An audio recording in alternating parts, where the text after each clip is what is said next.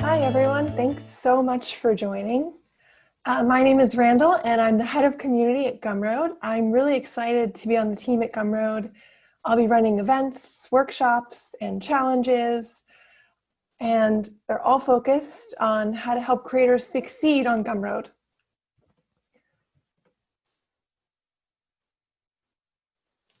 Some of you may not know me, and a lot of people online didn't actually know me at all until recently. Last year, I had a few hundred followers on Twitter, and I had no email list. And now I have over 30,000 followers and over 5,000 people on my email list. So without my audience, I wouldn't be working at Gumroad. I wouldn't have made over $30,000 on my book launch this year. And it'd just be a completely different story in terms of what's going on. And that's kind of why I'm really passionate about building an audience right now. So the first thing I want to talk about is, why do you need an engaged audience? There's a ton of confusion around selling online products. People think you need to spend a ton of money on ads and SEO, which are both helpful, but if someone is going to buy a product on Gumroad from you, or they're going to subscribe to your email list, they really want to feel like they know you. They want to feel like they have a personal connection to you. So those are going to be where your biggest fans and sales will come from. And they want you to solve their problems. So I want you to think of the last time you bought a product on Gumroad. What was it? Maybe it was an ebook, maybe a course, and why did you buy it? For me, I recently found someone on Twitter, and I thought their tweets were really interesting. I saw them on Twitter a few times, and then I started reading more and more of their tweets.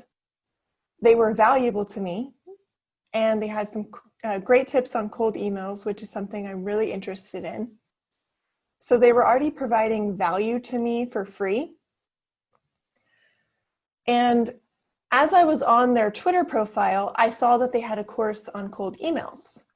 So I went to Gumroad and I looked at the sales page of their product, and I felt like they were credible on the topic. Because they had already provided value to me, I immediately bought their product. And it's as easy as that. I felt like they had provided value. I liked the free content they gave away, and I bought their product. Building an engaged audience is the best way to get sales. So what we're going to learn in this workshop, we're going to discuss all about how you can build an engaged audience. And I'm going to provide tips and tricks on how you can create great content and stick to a schedule. So first of all, what are you interested in talking about online? You need to find what you're interested in focusing your content on. If you aren't interested in what you're going to create, it's going to be a lot harder to create content. Here are a few things to think about if you're unsure on what to create content on. So I really want you to take notes as much as you can. This will also be recorded and shared online later, and we'll have some time at the end for Q&A, so don't worry if you miss anything. But here are a few things to think about if you're unsure on what to create content on. So, write down responses to each of these questions so you have some potential topics for later, because we're going to use these. First of all, what do you love doing in your spare time, and what really interests you? For me, I love dogs, so I sit and read forum messages about dogs, which is kind of embarrassing. But I also love helping people find new dev jobs, so those are kind of my two topics. And then I want you to think about, when people ask you questions, what are they generally asking you? Like, what do they generally ask? What are you an expert in? If your mom or your aunt or your friend sends you a message with a question, what is it about? And that really leads into, what do you have a lot of domain knowledge in? Generally, if you've spent hours and hours working on something and researching it, you're really passionate about it. So where do you have this huge breadth of knowledge? I want you to write down 1 to 2 things that you feel that you're knowledgeable about sharing things online. And then you also have to think about which of these things are related to the products that you want to sell on Gumroad. And finally, I want you to think about what kind of audience do you want to build? Because you need to find something that your audience is interested in, but you're also interested in.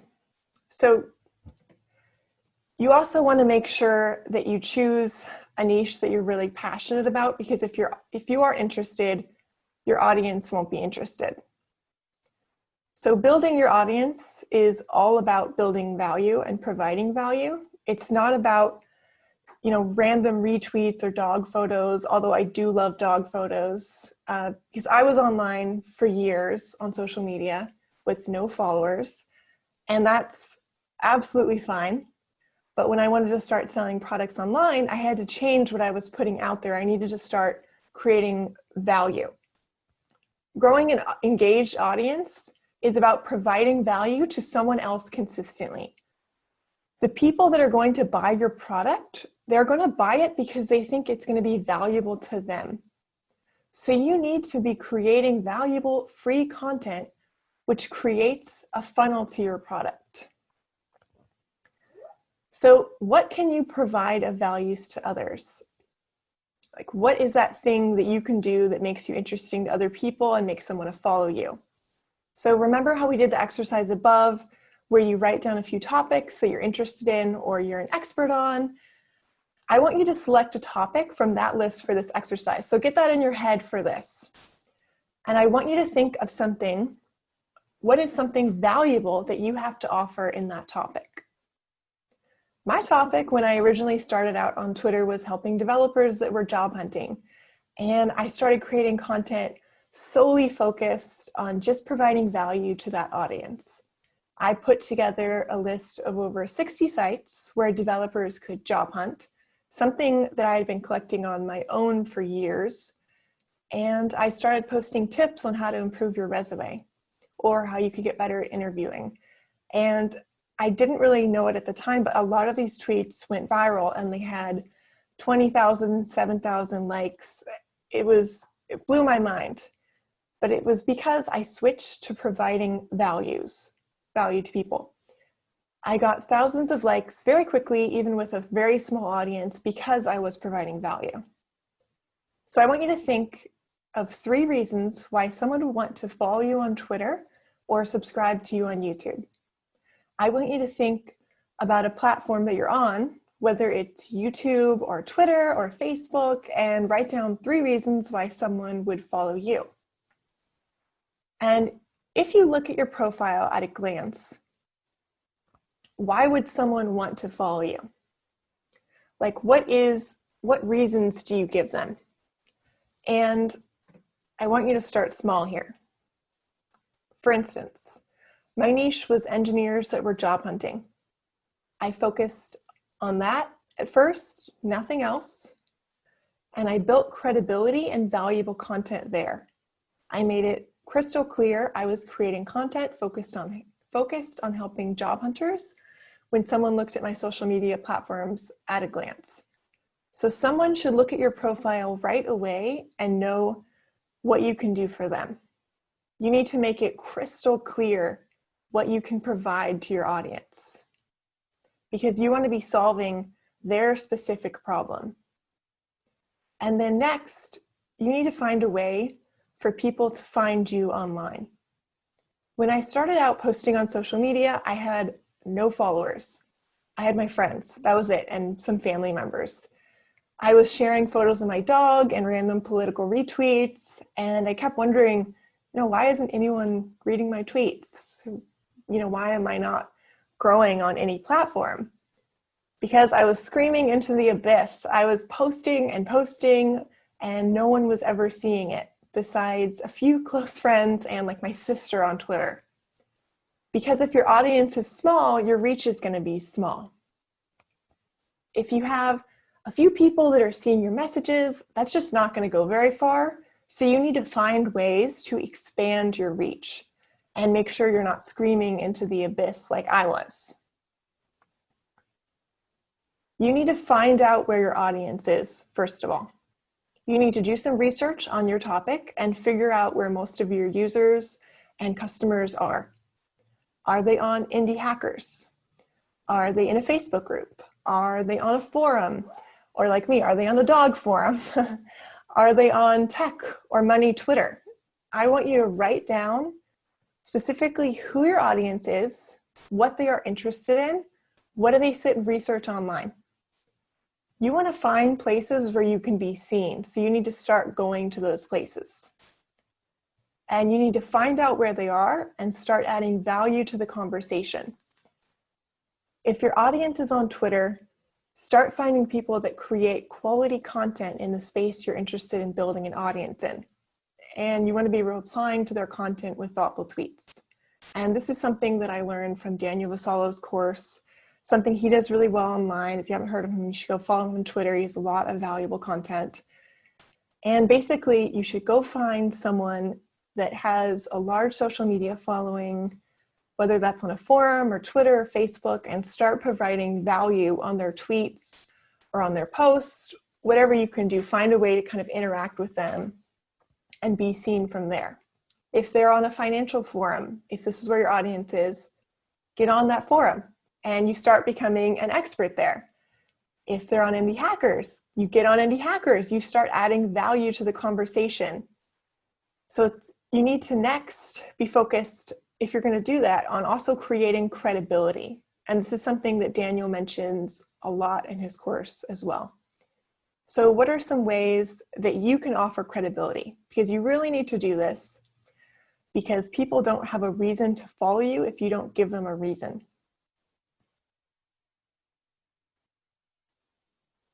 So first of all, something that I did personally to grow my following, you can offer something valuable for free. I did free resume reviews and I got hundreds of new followers in a very short time. And I had no idea this was going to happen. And I thought, I'm going to do something nice for my few followers. I think I had maybe 1,000 followers at the time when I did this. And I just started doing it free over Twitter really quickly or email, and I would review someone's resume. I gave away value for free, and it took a lot of time. Growing an audience is not easy. It's very difficult. I don't want to, give you a delusion that you're just tomorrow going to have a bunch of followers. You really need to put in the effort, and we're going to discuss this later in the workshop. So basically, giving away value for free, this helped me grow exponentially. And of course, I can't do this right now because my audience has gotten too large to do this. But if your audience is a little bit smaller, you can do something like this, and it's not scalable forever, but it'll really help give you a boost and start learning what your audience is interested in.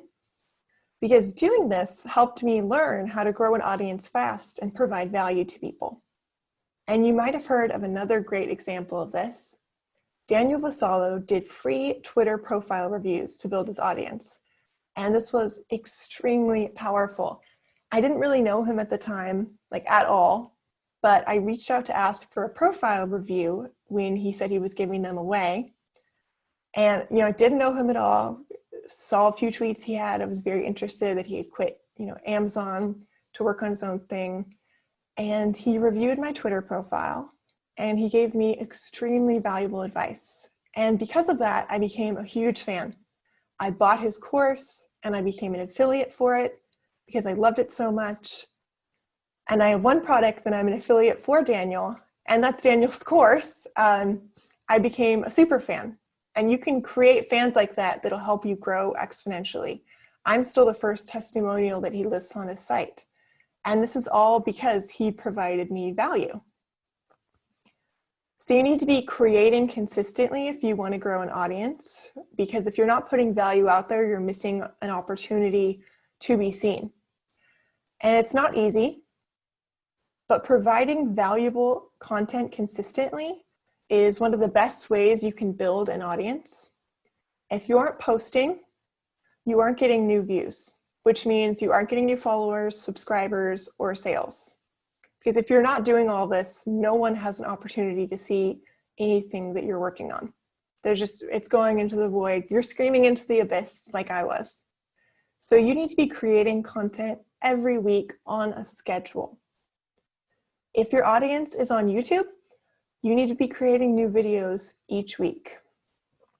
If your audience is on Twitter, you need to be tweeting several times a day and replying to other tweets to expand your reach. And this isn't easy. I know it's a lot of work, but if you want to be selling a product online successfully at Gumroad, you really need to invest time in this. Because like I said earlier, when people are going to be buying your product on Gumroad, it's not like you're, a famous author that is going to be selling copies right away without doing anything. You need to find a way to get your audience to come to you, because your audience isn't going to just come to you. You're going to have to provide value to find them. And this isn't as difficult as it seems. You can do it. It's totally doable. And if this gets exhausting providing content, on a realistic schedule, you can do a few things. For one, you can repurpose your content.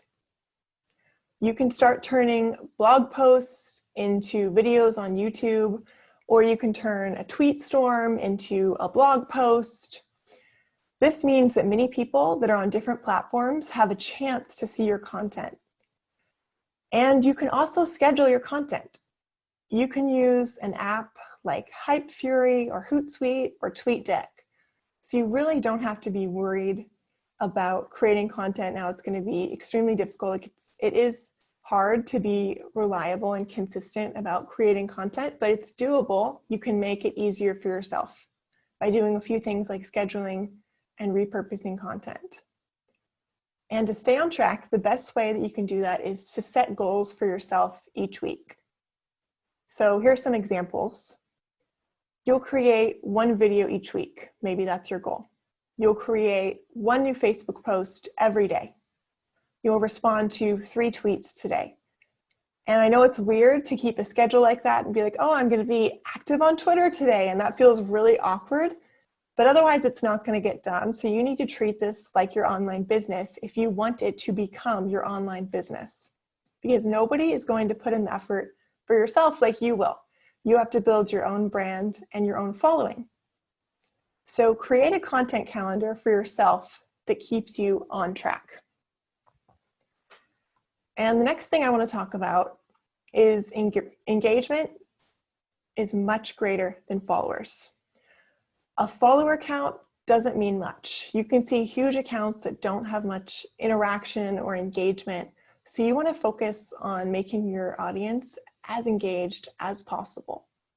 And this is something that's definitely hard to do, but you can make it a process. You want to focus on how engaged your audience is. So you want to create more of what gets engagement. And you want to set aside time regularly to engage with your users. This is kind of your time to give back and also, grow your audience at the same time. So don't be posting just to post. This is something that you can see a lot of big accounts doing. They're posting to post, they're resharing blog posts a million times, and you do not want to be doing this. You want to actively avoid doing this. You want to create content that is very engaging with your audience. So there's a few things you can do. You can kind of keep track through Twitter analytics, and there's a lot of apps you can do. You can check your Facebook ads, see how they're doing, for instance, or you could check your YouTube views and see how many comments you're getting or how many people are resharing your content on different platforms or forums that you might be a part of.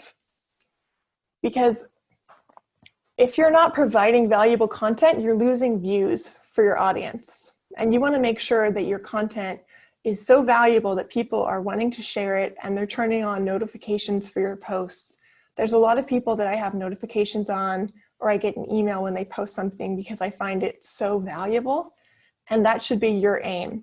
You shouldn't be just posting to post. You need to think about what your audience is interested in and what they're most engaged in, and focus on that. So make sure you review your content that does well and create more similar content to that. And like I said before, there's a ton of ways you can track this. And even as simple as comments. You want to see that your posts are doing well, that people are responding to them. And you want to be posting more of that when you see a post doing well. So for instance, if I have a tweet or a video and it gets a ton of views and it doesn't get many comments, I might think, okay, maybe people aren't that engaged. Obviously, if it gets thousands and thousands of views, that's great because it means more people are going to your product, because you want to think of your videos and your content as kind of a funnel. And if people are finding ways to get to this funnel and then, go to see your content, that's good because they're seeing your product. And the next thing you want to do is respond to as many comments that you can. And this gets really difficult once you have a larger account. It'll be close to impossible. You can even maybe say you'll create a schedule for yourself. Maybe, it's a few hours, once a month, or that you're, posting new videos, and then every day you're posting a little bit about, just right to your followers, and you're posting a little bit of new content, or you're repurposing content, and you just need to stay focused on that every day. So kind of the key points of this topic is always be providing value.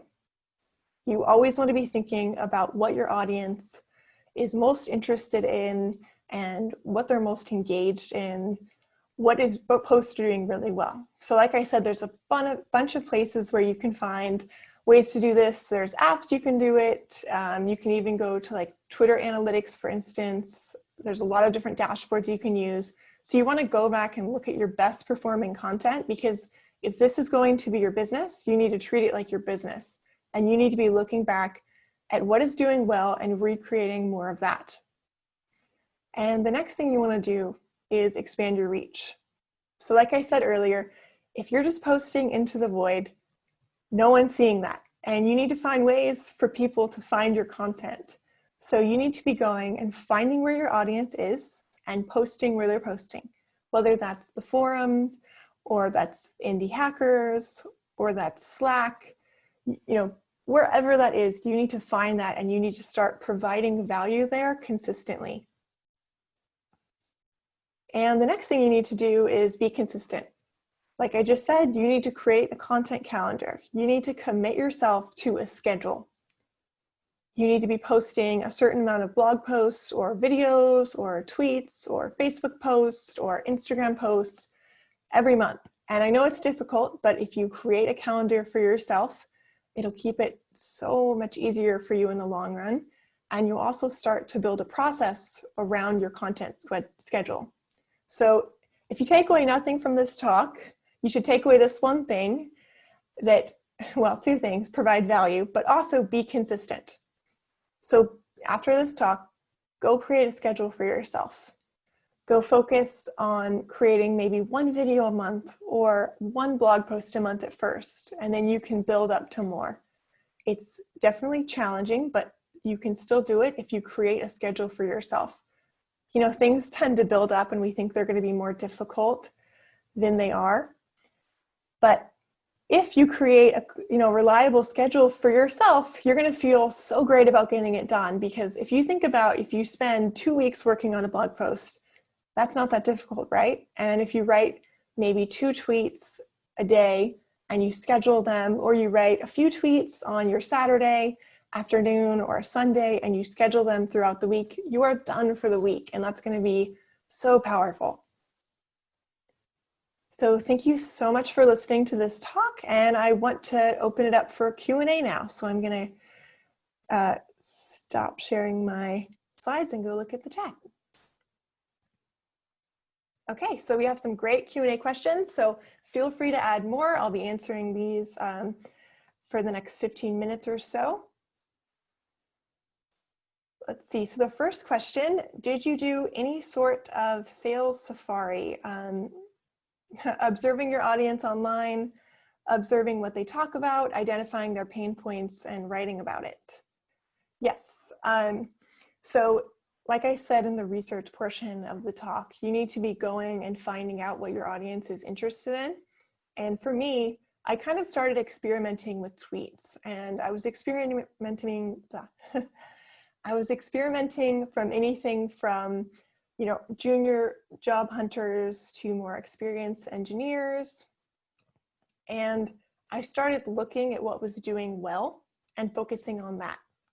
So you need to go and research your audience, and you need to identify their pain points, and you need to figure out what problems need to be solved.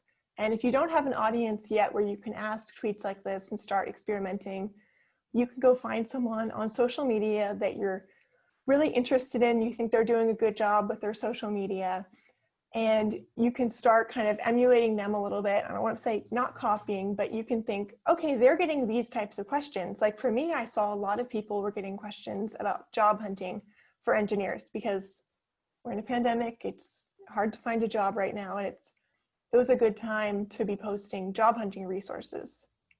And I sort of, found this by looking at what other people were asking on other people's profiles on social media, because I didn't have an audience at the time. So it was really difficult to just, go try to figure out what people are doing. But it's definitely very worthwhile. And if you do this in public, it's going to be so much easier. Awesome. So our next question. In terms of promoting content, I find Twitter is a noisy environment and very distracting. Do tools like Hype Fury work? So I think Hype Fury is awesome. I think you can make Twitter a little less noisy for yourself. Keeping a list of people you want to follow is really good. I think one good way of building your audience is if you keep a great list of people to follow on Twitter and just go interact with their posts. And you've kind of made it a little less noisy for yourself. And if you follow this talk and you start providing value to people, it's going to be a little bit less noisy for you, because you're not going to be seeing all these tweets and you're not going to be reading messages all the time from other people. You're going to be focusing on your own content. And I think that's going to be something that is really valuable to you and make it a little less noisy. Okay, so our next question. I am a student who is currently learning development. Awesome. So I don't have any work experience and I'm interested in building an audience. How do I build credibility? This is a great question. And it kind of applies to a lot of different fields. You don't necessarily have to have work experience to share knowledge about something. You can learn in public and you can be building in public. For instance, in my story, I went to a coding boot camp years ago to become an engineer, and I loved reading stories from beginning engineers. I loved reading their blog posts. I loved reading all of their content, and I would just sit there for hours reading it. So I think it's a really valuable thing to do to build in public. So if you don't have a ton of credibility or experience yet in a topic, you can just go online and provide something that you just learned about. And you can write a blog post and say, maybe it's about, oh, I just learned this new cool thing in JavaScript and I'm going to teach it to you now. And first of all, that helps you learn more. And second of all, it also helps you build an audience, because people are interested in those kind of journeys and that transformation. So if you're doing something like this, you're focusing on, one, your own learning, but also building your own audience. And then two, it might also help you find a job opportunity. So I definitely think you should just go for it and it'll work out. Okay, and our next question, can a precise summary in the form of bullet points of a book be a viable product on Gumroad? So I think people are selling a ton of different products on Gumroad. I don't think you should limit yourself. I think if someone buys it, there's your validation right there. There's so many things I've seen on Gumroad, people selling, repositories from GitHub, or people selling, email lists or things like that. There's so many, like the world is your oyster when it comes to Gumroad products. So if you're thinking about doing a Gumroad product, just go for it and don't limit yourself. I had never written a book before last year, and I had no idea how to do it, and I was really nervous. And then, this year on Gumroad, I just kind of went for it, and I had no idea if it was going to be a great thing or if no one was going to buy it. But if I would have let those kind of doubts, get me back, I would have never created a book, and I wouldn't be here talking at this event. So just go for it. Okay, our next question is a good question. Any recommended tools for scheduling content? So I think this is kind of more of a personal choice. There's some really interesting ones out there. But for me, I sometimes just let's see, Hootsuite, I've used that in the past. Hypefury, I think, is really interesting just for Twitter. And there's some places you can find some apps where it's like everything you can imagine is scheduled there. And you can actually even schedule tweets in Twitter. So if you find something that works for you, just schedule the whole week in advance and don't worry about it. And I really wouldn't worry too much about the specific tool. If it's working for you and you're getting engagement, then it's fine. Don't worry about it. Okay, our next question is from Peter. Given that many of us are just starting out building an audience, what's a reasonable expectation for those of us that are doing the 14-day challenge? Are we asking for the audience to give us value too early if we charge for the product we're building? Okay, so that is a great question. I think the 14-day product and a lot of challenges that we're going to do in the future for Gumroad, they're basically, this one especially, is going to be about just getting yourself out there. Because a lot of people have this fear of even creating something and even getting started. And we want to get you past that, because for me, I wanted to create a book for years. It was my childhood dream to write a book, and I kept doubting myself and thinking I couldn't do it and holding myself back. So the 14-day challenge is kind of all about just putting yourself out there and doing that. And I think the great thing about the 14-day challenge is there's kind of all these ways to get engaged while you're doing the challenge. So there's prompts to post on Twitter or the special circle group that we've created, or sharing your posts on Facebook or Instagram. So through that challenge, you're going to be building an audience. And I think at the end of the challenge, if you don't feel comfortable selling your product for free, you can always give it, if you don't feel confident selling your product, you can always give it away for free. And that's something that I did when I was just starting out. But I think you shouldn't doubt yourself, because if you do, you're going to be pricing your products lower. You're not going to feel certain of what you're selling, and your audience is going to tell, and they're going to be able to know. So I think you need to just focus that you can do this and you can sell. Just like I had the same doubt, so I totally get it. But you need to tell yourself you have something to share that is valuable. And most people are never going to do that. Most people are never going to create a course. They're never going to create a product. So already you're setting yourself out, and your product is unique because of that. I hope that answers your question. So our next question, do you have a separate Twitter account to post about things you like / are interested in outside of creating a business? So no, I do not, although a lot of people do that, and I think that's great. I think for me, my Twitter account now, I consider it my business, and I treat it like a business. I keep a lot of my dog photos now to Instagram. If you follow me there, you'll see a lot of them. Or Facebook, for instance, is another good place. But I think for Twitter, for me, I want to keep that just for posting valuable content and kind of getting that in my head that that's where I'm posting my most valuable content to people. But if you want to do this, go ahead. That's awesome.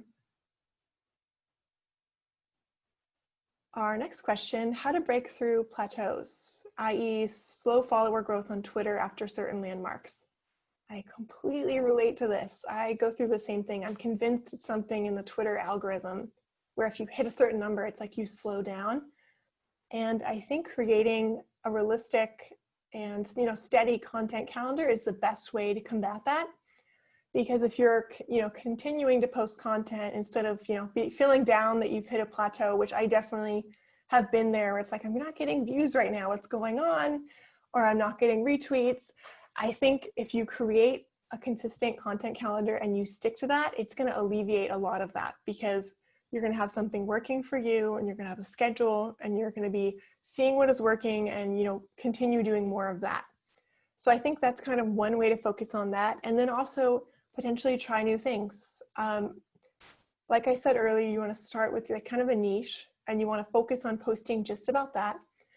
But if, a little bit later on you find maybe that's not working, you can kind of expand that. Like I've expanded a lot from beginning job hunting for developing to now more experienced developers and helping them improve.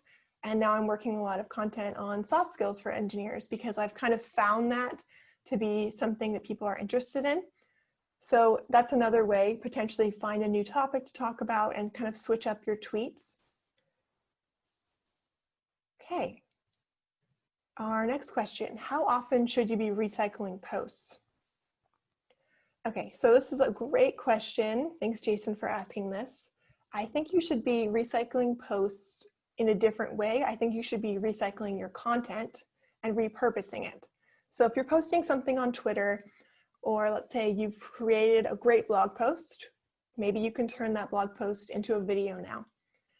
Something we had, the Q&A went well last week for Gumroad. I don't know if you intended, but we're going to start doing those regularly, and that was really interesting to ask the Hill all these questions about Gumroad and how to build sales and views.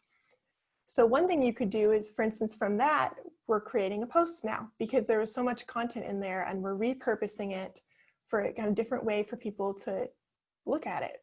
So that's kind of one way. Instead of recycling, focus on repurposing your content. So maybe an Instagram post could also be on Twitter, or maybe your blog post could turn into a video or vice versa, or even a question you get on Twitter could turn into a blog post or a video. And I think you shouldn't be, resharing things so often that people are sick of them. You shouldn't be sharing like the same thing every day because, like I said earlier, you need to be focused on your audience and building value to them, because if you're not, they're going to become unengaged. And like I said, you'll see this a lot with really large accounts. They'll have low engagement, and you want to stay far away from that. You want to still feel like your audience, is close to you and that they know you and you can interact with them and respond to their messages, because if they're not engaged, they're not going to be buying your products. They're not going to feel like they know you, and followers, it's just not as important as engagement. So make sure whatever you're doing, you're posting something of value. Okay, so we have our next question from Edwin. Which social networks work best to find potential buyers? And hopefully I answered this in the Q&A a little bit, but you really need to find out where your buyers are, because if your buyers, if you're on Facebook and they're not there and they're all on Twitter, Facebook is huge and it might work for some people, but it wouldn't work for you because your audience isn't there. So you need to figure out where your audience is. For me, that's on Twitter. For potentially homeschooling your child or a book on that, maybe that's Facebook, maybe that's Instagram. For a course on like social media influencing, that's probably Instagram and building, content there and writing blog posts, for instance. So you really need to find out where your audience is and tailor that to them. Okay, so our next question, do you know a website or app or service which say what are the influencers or the person of interest for a specific target? No, I actually do not know that. That is really an interesting question. I think you probably have to do a little bit of research there and kind of find out, where your target is and where the people are that are interesting for them. And the next question is from Jason. Should you disclose to your audience why you're collecting email addresses when telling them to sign up to be on your email list? Yes, I think in some cases it's very clear. Usually you should have at least an opt-out in your email for sure. And usually I have a little checkbox that says, you're also subscribing to my email list if you do this. And some content I just give away free and there's no worries about the email list. But I think in some cases it's very clear when you'll be subscribing to someone's email list. Like I assume if I'm giving my email address, I'm probably going to be on a list. But I think you can just, include a little checkbox that says, yes, I know I'm going to be receiving emails from you, or something like that. Okay, so our next question is from Marvin. Do I need a personal Twitter account and SaaS Twitter account? I think this depends on how much time you want to put into building. This could also apply if you have a product account or something like that, not just SaaS. It really depends how much time you want to invest into it. I think both can be really powerful, but I know there's some people that have a huge Twitter following, and they don't necessarily want to kind of shuffle it to a smaller SaaS account. So they kind of keep everything to that main account, and that works for them. But I think you could definitely approach it in a few different ways. And I think if your Twitter account is really interactive, and this goes for everyone, not just people trying to build a SaaS Twitter account, if your Twitter account is really engaging, it really won't matter if you're posting from your SaaS or your Twitter account. If people are interested in what you're doing, that's all you really need to worry about. So I hope that answers your question. Okay, so our next question: how can I share my content in Reddit, for example, without sounding like I'm trying to sell something? Sometimes it feels like I'm just answering the question to plug my content, especially when I'm a newbie in the community.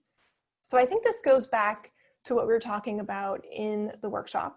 I think you need to focus on building value and creating value in different communities like Reddit.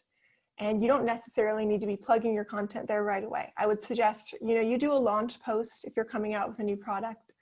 And I would try to focus more on creating value opposed to just plugging your product, because that can get you downvoted or even banned from certain communities. So you want to make sure you're not sounding too salesy. I would create value there, occasionally plug your product, and then I would make sure that your social media profiles have a link to your product. So you know that there's some way for these people to find you, and you're creating this like funnel that people will go to your profile and then they'll see, wow, this person's doing something really interesting. And if you have a link on your profile leading to whatever your most important, product or SaaS app is at the time, that's how people are going to find you, and then they'll go and click that. So if you're getting views and providing value to people, you don't really need to worry about always, trying to post something on Reddit every single day about your product. I would focus on adding value from there. You can just have a ton more growth. Oh, this is such a great question. I found it hard to build an audience when you work 9 to 5. Yes, that is very true. Do you have tips to make the most out of your time when you have a full-time job? So I completely relate to this. I'm trying to get way too many things done all the time. And I think one, being really focused on time management and creating a schedule, and then also just creating content that you schedule on Twitter or Facebook or YouTube, or even a podcast that you say you're scheduling it to go live once a week and you don't have to worry about it. If you schedule content as much as possible, this is going to alleviate a lot of pressure for you. And then maybe set aside a half hour in the morning before you start work where you're responding to your audience and you do maybe one thing that is very valuable to them. And then at the end of the day, you're going to feel like you've had a great day and it's going to be really successful. So it's definitely a struggle. I can completely relate to that question. So let's see, our next question, we have like 3 more minutes, so I'm going to try to get through a few more of these. When starting a new Instagram, do you think it's best to have a minimum amount of posts before you start trying to expand your reach? And do you think Instagrams shoutouts are still a good use of advertising dollars? So I think you should at least have a few posts. If you're an empty account, you're going to look, like you're a spammer, you're just trying to sell something. So I would focus on, if you're going to go through with the whole Instagram route, it's something that a lot of people do really successful. I don't really focus on it too much personally, but I think in terms of any social media platform, this applies, that you need to be creating value consistently. So, populate your Twitter profile over a few weeks, or your YouTube account, maybe 1 new video a week, because if you're creating value there consistently, people are going to think you're a real person and you're providing something interesting to them. So similarly to how I bought my latest Gumroad product, is I went to their Twitter profile. I thought they were doing something interesting. I started, reading all their tweets, and I was like, wow, this person is providing so much value to me. And then I bought their product. So if you don't have many posts on Instagram, what are you really providing of value there? So you really need to think about what you can do that is valuable. Oh, this is a great question. So our next question is, talking about Twitter, are the hashtags useful or not, at least in the beginning of the process of creating an audience? So I think this really depends on your audience. I think too many hashtags comes across really spammy. A lot of people actually mute hashtags. So if you are using certain hashtags, you might be muted and nobody will be seeing it. So you really need to focus on, instead of using hashtags and trying to use like a hack of growth, you need to focus on just providing value, and that's going to be far more powerful than focusing on like a hashtag, for instance. You can use it sparingly. I think I've used a hashtag maybe 4 or 5 times this year on Twitter, and those posts, did well, but the posts that did even better were the ones that were just focused on adding value to people's lives. So I think you should kind of retool there and think about what is valuable. So our next post, what is your experience with / thoughts about using multiple social media platforms in parallel? I think it's great. I think, for instance, I have some friends that were locked out of Twitter and their profile was frozen for a while. And that's really scary if that's your only way of finding an audience. So for me, after that, and kind of seeing what happened to those people, I started a podcast and I started creating more videos and writing more blog posts on different platforms. So I think it's a great way if you create content on different platforms for people to find you, and then you also future-proof yourself. So building an email list is also great for this. You need to build your email list. Okay, so we have time for one last question. Excuse me. So what should we post? Oh, this is a long question. What people want to know, or 2, what we are interested in posting, because as you said, interest matters a lot. So this is a great question. I think you need to find the intersection of both. And I think you'll be surprised. There's like a big world out there, and a lot of people are going to be interested in your content if you're posting what you're interested in and also provides something that provides value to them. So I think don't worry so much about, is someone going to be, be interested, because there's a lot of topics out there that people are interested in. So I would just focus on what you're interested in and what you can provide value on, and kind of see how your audience grows from there.